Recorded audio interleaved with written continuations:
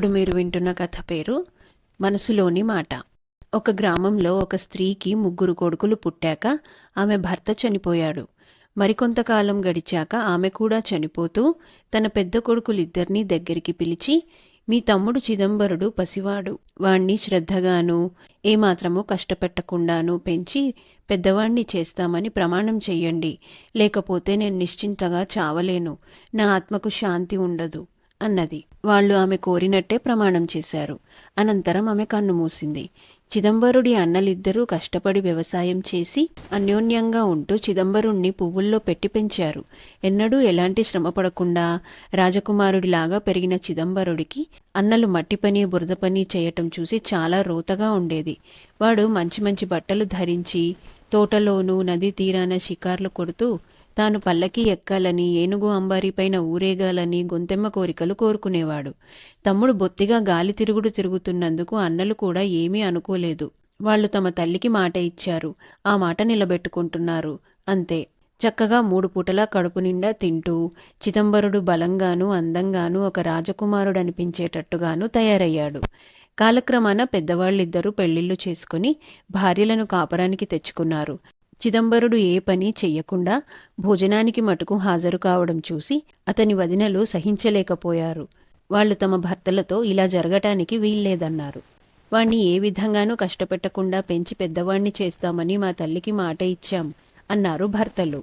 పెంచి పెద్దవాణ్ణి చేస్తామని మాట ఇచ్చారే గాని యావజ్జీవం భరిస్తామని మాట ఇవ్వలేదు కదా. మీ తమ్ముడు పెరిగి పెద్దవాడయ్యాడు, ఇక అతని కాళ్ల మీద అతను నిలబడవచ్చు. అతని బతుకు అతనే చూసుకోవాలి గాని మీరింకా పోషించటంలో అర్థమేమిటి అని చిదంబరుడి వదినెలు తమ భర్తలతో అన్నారు. భార్యలు చెప్పిన మాట చిదంబరుడి అన్నలకు సబబుగానే తోచింది.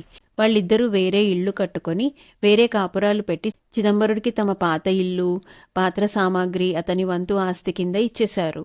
చిదంబరుడిప్పుడు ఒంటరిగాడై తన బతుకు తాను బతకవలసిన వాడయ్యాడు. అతనికి వంట చేసుకోవడం కూడా చేతకాదు. అందుచేత ఒక రోజల్లా తిండి లేకుండగానే గడిపి ఆ రాత్రి శోషతో పడుకుని నిద్రపోయాడు.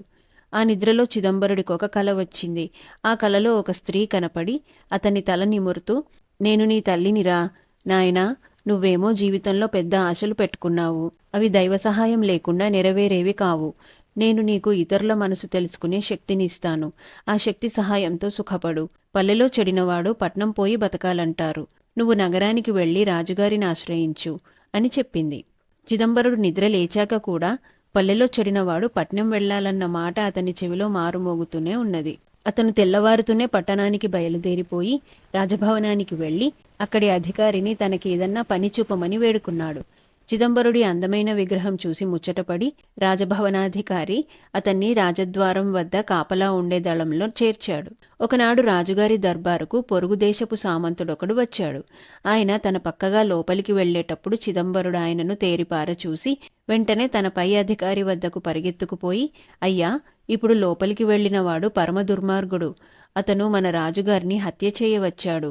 అతని దుస్తులలో విషం పూసిన కత్తి ఉన్నది, జాగ్రత్త పడండి అన్నాడు.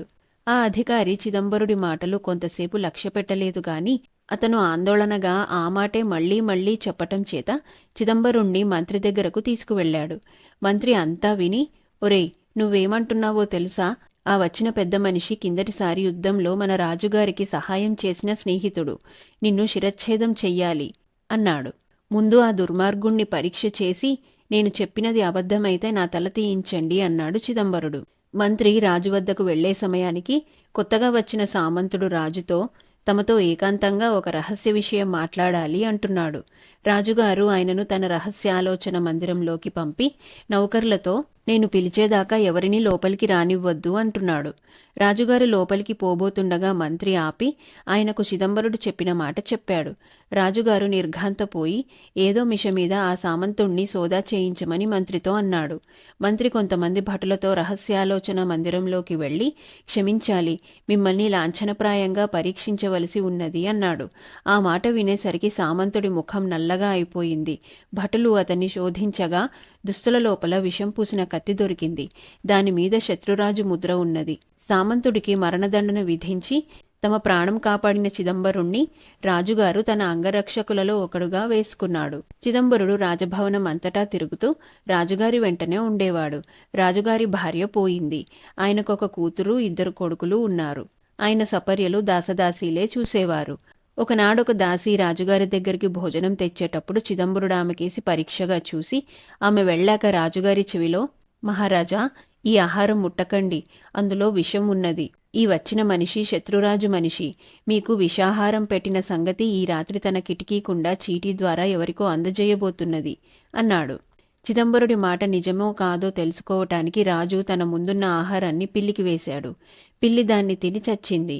రాజుగారు మరొక నౌకరు ద్వారా వేరే భోజనం తెప్పించుకున్నాడు. ఆ రాత్రి దాసీ దాని కిటికీ వద్దకెవరో వచ్చారు. దాసీది వాడికొక చీటీ ఇచ్చింది. వెంటనే బయట దాగి ఉండిన భటులు ఆ మనిషి మీద పడి ఆ చీటీ పట్టుకున్నారు.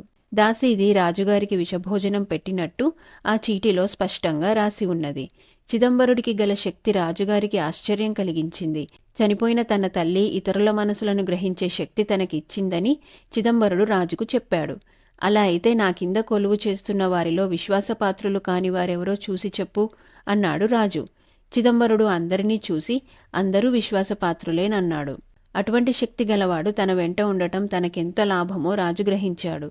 ఒకనాడు రాజు చిదంబరుడితో, నీ వల్ల నాకొక ఉపకారం కావాలి. నా కుమార్తెకు పెళ్లియీడు వచ్చింది. ఏ రాజకుమారుడి పేరెత్తినా తనకిప్పుడు పెళ్లి వద్దంటుంది. దాని మనసులో ఏమున్నదో కాస్త తెలుసుకుని నాకు చెప్పు అన్నాడు. రాజకుమార్తెకు కబురు చేశారు. ఆమె వచ్చింది. చిదంబరుడు ఆమెను పరీక్షగా చూసి, మహారాజా, ఈమె ఒక వరుణ్ణి కోరుతున్నది. అతన్ని ఆమె పెళ్లాడతానంటే మీరు అభ్యంతరం చెబుతారని తెలిసి తనకు పెళ్లే వద్దంటున్నది అని చెప్పాడు. ఆమె ఎవరిని కోరుతున్నదో చెప్పగలవా అన్నాడు రాజు. ఆమె కోరేది నన్నే మహారాజా అన్నాడు చిదంబరుడు. రాజు నిర్ఘాంతపోయి కూతురికేసి తిరిగి, ఈ మాట నిజమా అన్నాడు. రాజకుమార్తె జవాబు చెప్పక తల ఆడించి అక్కడి నుంచి వెళ్ళిపోయింది. రాజు చిదంబరుడికేసి చూస్తూ ఏదో ఆలోచనలో పడ్డాడు. అది చూసి చిదంబరుడు చిరునవ్వు నవ్వాడు. నేనేమనుకుంటున్నానో నీకు తెలుస్తున్నదా అన్నాడు రాజు. తెలియకేం మహారాజా, ఈ దిక్కుమాలిన వాడికి నా కుమార్తెనివ్వడమా అనుకుంటున్నారు. అయినా వీడి తప్పేమీ లేదులే, నా కూతురే వీణ్ణి ప్రేమించింది కదా అనుకుంటున్నారు. నిరపరాధిని చంపించటం పాపం అనుకుంటున్నారు అన్నాడు చిదంబరుడు. రాజు మారు మాట్లాడక తన కుమార్తెను చిదంబరుడికిస్తానని ప్రకటించి త్వరలోనే వారిద్దరికీ వైభవంగా పెళ్లి చేశాడు. చిదంబరుడి గొంతెమ్మ కోరిక నిజమై పల్లకీ ఎక్కాడు. ఏనుగు అంబారీలో ఊరేగాడు.